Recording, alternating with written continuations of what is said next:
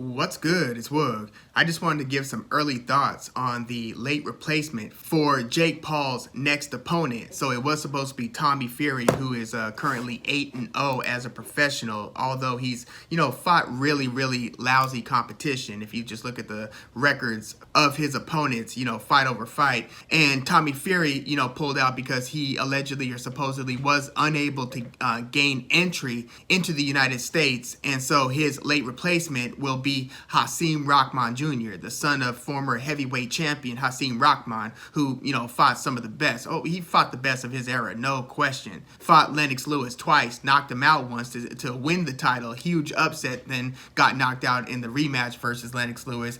But he fought like David Tua twice. He fought Evander Holyfield, several others. Hasim Rahman was just one of those big names in the game for several years in the heavyweight division, but his son has a 12-1 professional record. So let me back up. The idea was that Jake Paul's next fight, after fighting fellow YouTuber Enisan Gibb and then Nate Robinson, the undersized NBA player who won 3 slam dunk contests, Nate Robinson, about 5'8", 5'9", suffered a really bad knockout on the Tyson versus Roy Jones Jr. undercard. That was like a big moment for this, celebrity boxing that had been emerging, around the time of like KSI versus Logan Paul 2. Well, Jake Paul versus Nate Robinson was after that, but that's kind of what catapulted a lot of the interest because of the amount of eyeballs that were on that Mike Tyson versus Roy Jones Jr. pay-per-view event.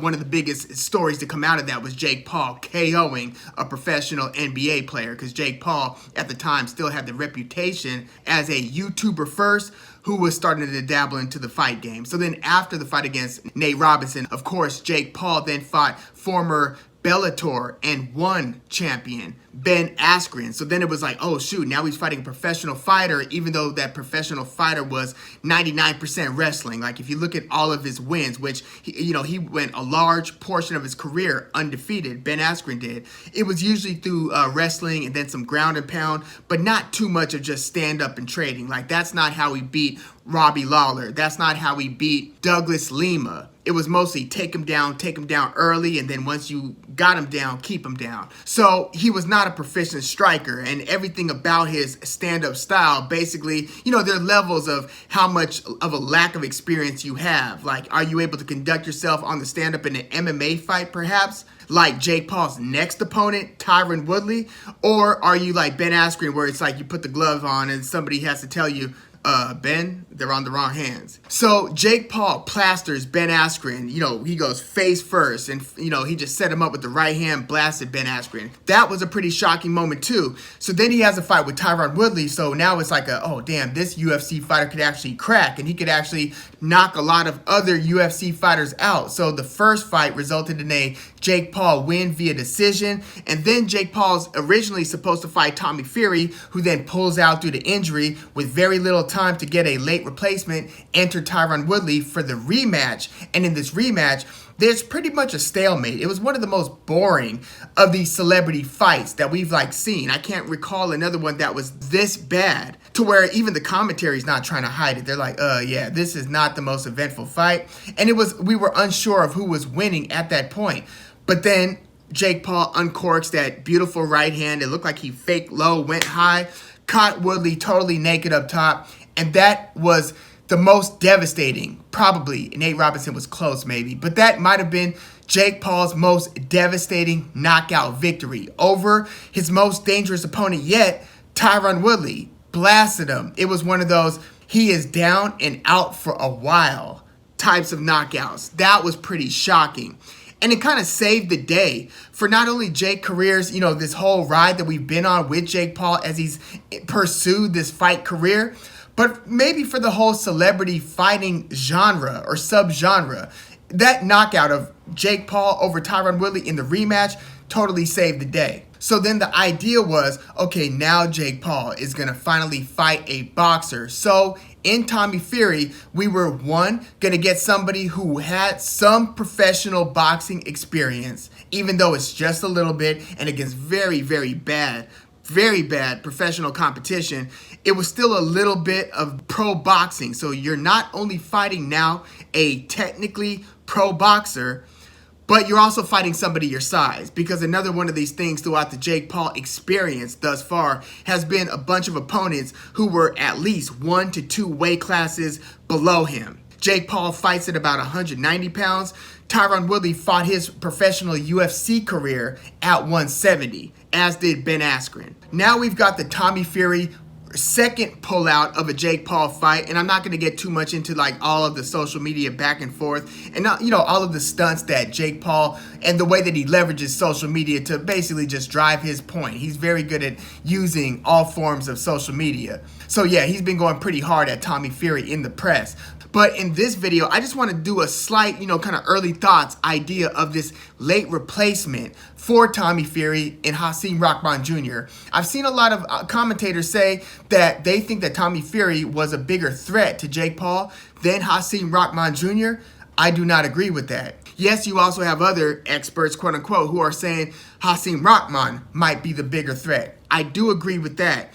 Not only is Hasim Rahman 6'3" to Tommy Fury's 6 feet even, but Hasim Rahman has fought like well into the 230s. So at 3 inches taller, what's Jake Paul, about 6 feet even, maybe 6'1"? So he's got a couple inches of height and a significant reach advantage, plus is a naturally bigger guy weight-wise than Jake Paul. I'd imagine that they're going to have to agree on some sort of a catch weight to bring Hasim Rahman's weight down a bit, because if Hasim Rahman is like 230 fighting the 190, 195 pound Jake Paul, you would significantly have to favor Hasim Rahman Jr., that is. But I think that they're going to fight at some sort of a catch weight, maybe something like 210 or 205. We'll see how they negotiate that. But yeah, in Hasim Rahman, you now have a pro fighter with a 12-1 record. Out of those 12 wins, 6 via knockout. He did get knocked out in his last fight, his most recent fight. He suffered a knockout at the hands of Tommy Morrison's son, James Morrison. This was a 5th round TKO. And a lot of people will point to Hasim Rahman's lack of competition as a professional. But if you look at their records are mostly better than the guys that Tommy Fury has been fighting. So he's been fighting better competition than Tommy Fury. Tommy Fury, again, 8-0.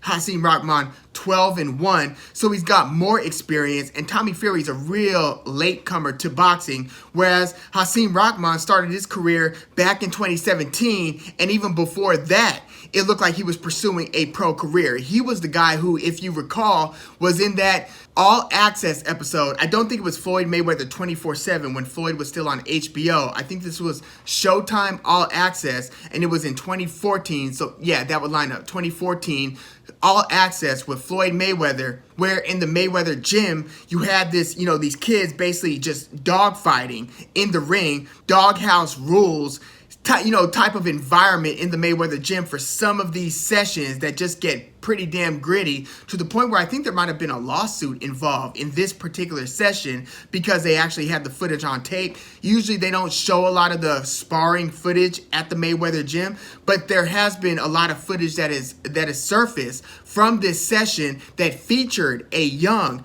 Hasim Rahman Jr. So this is as far back as 2014. So he's got a lot more fight experience to where you could tell that he was, at least at some point, I don't know how dug in he is right now in his fight career, even though in 2021, Hasim Rahman fought 3 times, and again, his loss took place in 2022, earlier this year, fought 3 times in 2021, once in 2020, once in 2019, and then fought 4 times in 2018. So he has had a lot of activity lately. So he's been at least, going through the motions and the training and the actions by securing all of these fights and engaging in these fights that a professional does. So I actually think that this is a much more dangerous opponent for Jake Paul. Now, these guys, I believe, have sparred in the past. I've seen, pictures of them both, hella sweaty in the gym. So these guys have worked out, and I think even sparred together. So they know a little something about each other's styles. I don't know who that should favor, but that has to have at least factored into, like Jake Paul, I don't think would have picked Hasim Rahman Jr. if in all of their sparring experience, Hasim Rahman Jr. was just putting a whooping on Jake Paul. So maybe there's something there, and Jake Paul might have had some success sparring Hasim Rahman Jr. But I tend to think because of the size, because of the experience, that this is a dangerous opponent for Jake Paul. Certainly more dangerous in my opinion, even though hindsight's 2020, I do think that Hasim Rahman Jr. is significantly more dangerous in this fight than Tyron Woodley would have been, even though I had a lot of questions on how Jake Paul was going to do, especially leading into that first fight against Tyron Woodley. Because again, we've seen Tyron Woodley knock out Robbie Lawler. Tyron Woodley's been hell. He went, 10 rounds with Stephen Wonderboy Thompson. So in hindsight, we might say, yeah, the guy wasn't a boxer at all. But we knew that Tyron Woodley did have hands. No, he didn't have the boxing fundamentals, but it was a sensational athlete, even though he himself had a wrestling background. But yeah, Jake Paul, the way that he emphatically closed out that second fight against Woodley, that was something to behold. Especially it's almost been surreal how we've seen Jake Paul go through the steps of just leading a somewhat professional, even though they call it pseudo-pro style career. I mean, he's working, with BJ Flores, a former very formidable cruiserweight fighter who fought, Tony Bellew. So Jake Paul has, if nothing else, has been devoting himself to tons of training. And then you couple that with his level of promotion and then promoting Amanda Serrano. Jake Paul has been a significant figure in the boxing game, whether some want to still admit it or not. And as we lead into the actual fight date between Jake Paul and Hasim Rahman Jr., I will do a proper preview on this. But yeah, just initially, given the announcement, given the short notice and everything, I think Hasim Rahman Jr. has a lot of potential to be an absolute nightmare and difficult fight for Jake Paul. So we'll see how this all shapes up. I do admire Jake Paul's gusto in picking another pro, kind of sticking to his promise that, hey, I'm going to, fight a pro boxer in my next fight. Yes, Hasim Rahman Jr. fits the bill. And for anybody who wants to see him fight like a top level boxing contender, it's like, are you out your mind? Like, look at any pro boxer's career and look at who they were fighting early in their career, like their first 5 to 10 fights, sometimes 15 to 20 fights. Look at their opponent quality.